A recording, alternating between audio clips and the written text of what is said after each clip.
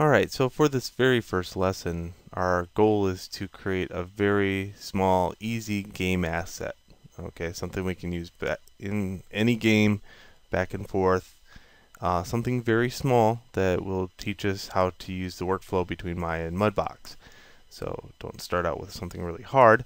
Let's start out with something that's usable. Okay, I'm going to start out with making a keep out sign. Yep. So the first thing when you first start out is, like, when you do make a box, orient your scene so the positive Z is what's sticking out as far as the frontal of your scene. Let's say if this was a sign that says keep out, I want the X axes to be the right and left of the sign. So everything that I make is kind of like that same rule. Okay, so whatever it is that stands in real life stands with X being right and left and Z being forward.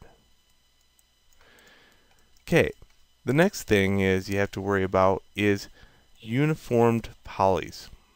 Okay, there's no use of primitives here other than the cube. Don't use anything else. I will mark you down for anything else besides box modeling, because it has to be uniformed polys. And if you don't have uniform polys, it does not sculpt well. So I'm hitting 6 on the keyboard, and you're going to see that this box is now in my way. So actually this box is on another little layer, and I just kind of make that fade away by templating it out. So to box model, like, let's say a cylinder, I'm just going to extrude the top and bottom. And I can do that by hitting this, or I can watch the one video where I set up my hotkeys for a workflow where I can hit Control E to extrude, which is nice. And I'm just extruding that and off clicking on it. And then Control R is to insert an edge loop. So I'm going to insert an edge loop here and here. And then I'm going to go back to object mode. And then mesh smooth it. So this leaves me with a nice piece of geometry. Now it's nice, but it's not uniformed. So what we're going to have to do here,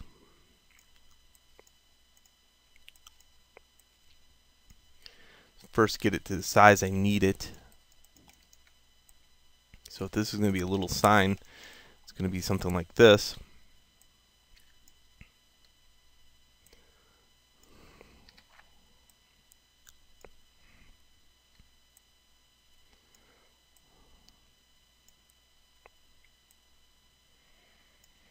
Just like that.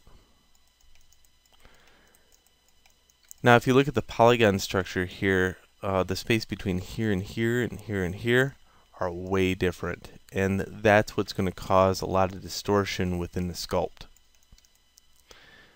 So let's fix that up. First off, I found it much easier just to get rid of the edge loops, except for the ones that make up the shape. So I'm holding Shift here, and then Control right click to edge loop utilities, to edge loop and delete. And then I'll just go in and say insert edge loop, square box, and I'll say multiple.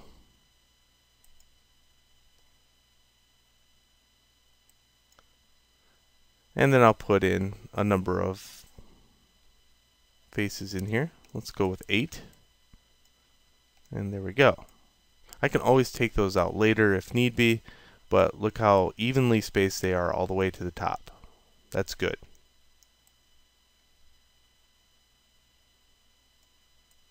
Okay. So I'm going to do that with the sign also. The sign needs to be a little bit more uniformed, but certainly we don't need 8. I'm thinking 2 here in the sign, and let's go with 6. Perfect. Again, we can always get rid of those later. I also want to damage the ends a little bit, so I'm just going to insert one edge loop here. That's going to kill the uniformity here, but it allows me to have more detail on the ends to hold the sculpt.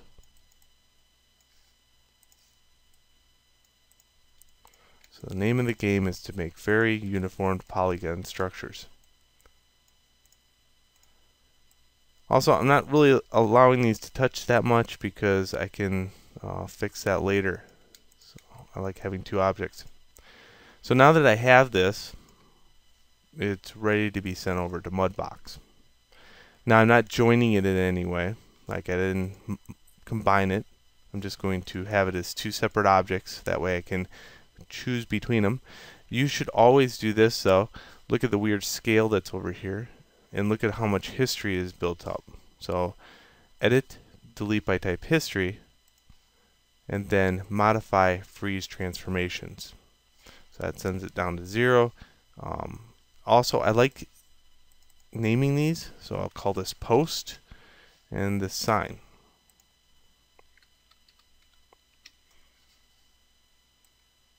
There we go. Nice and clean. File, send to Mudbox, and send as a new scene.